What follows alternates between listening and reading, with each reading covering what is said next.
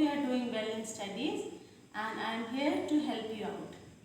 So students, in our last video we have discussed about reflection and the types of reflection. From today onwards, in our next forthcoming videos, we are going to have a detailed studies of plane reflection, plane or regular reflection. So in our last video, as we have discussed that a plane reflection always takes place from a shining surface like that of a mirror, and it takes place after following certain laws.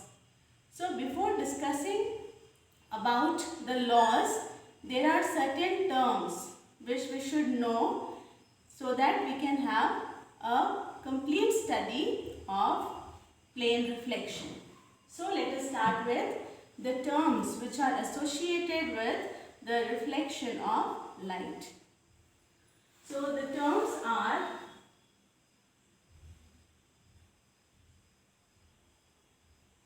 first term that we very often use, that is a ray of light. Okay? Then the second one is a beam of light. Generally, we think that these two are similar, but there is slight difference between these two. A ray is actually, this light travels along a straight path. So actually a ray shows the direction of light, that is along a straight line path. Suppose this is a mirror surface, okay, and we can indicate a ray like this. A straight line with an arrow to show the direction of light, in which direction it is traveling. Or we can show like this. Okay. So these are two rays which are coming towards the mirror. Right? Or we can show like this also, which the ray of light which is going away from the mirror.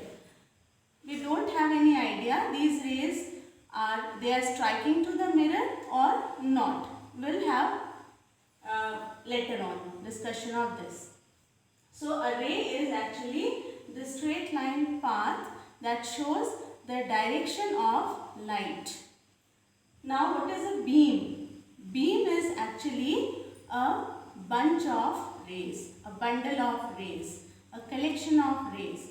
So when many rays they go together towards a certain direction, then we can say that it is a beam of light. Okay. So these are the two terms which we use frequently. Now the next is incident ray.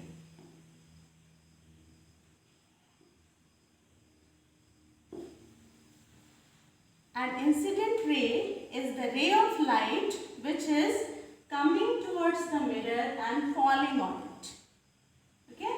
So here we can say,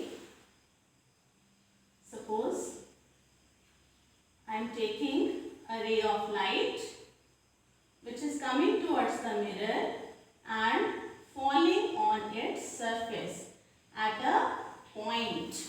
You can say this point is known as the point of incidence. Okay.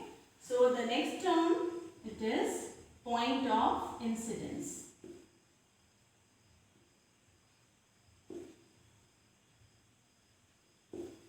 A point of incidence is the point where the incident ray falls on the mirror surface.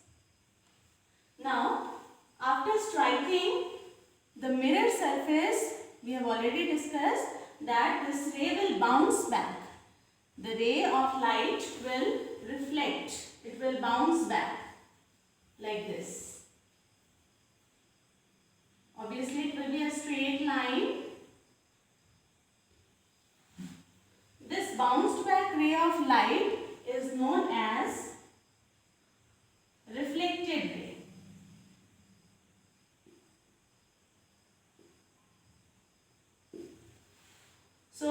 we are having two rays of light here. One is coming towards the mirror surface, another one is going away from the mirror surface, and both the rays are meeting at a common point that is known as a point of incidence.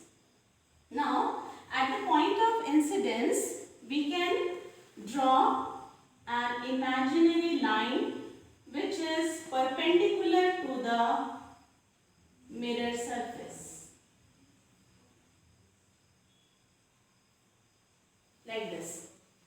This imaginary line makes 90 degree with the mirror surface. This is known as normal.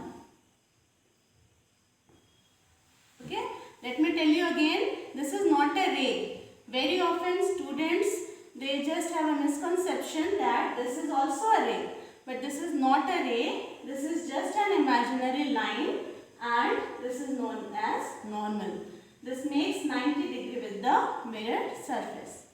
Now you can see we are having angles between the incident ray and the normal, as well as between the reflected ray and the normal.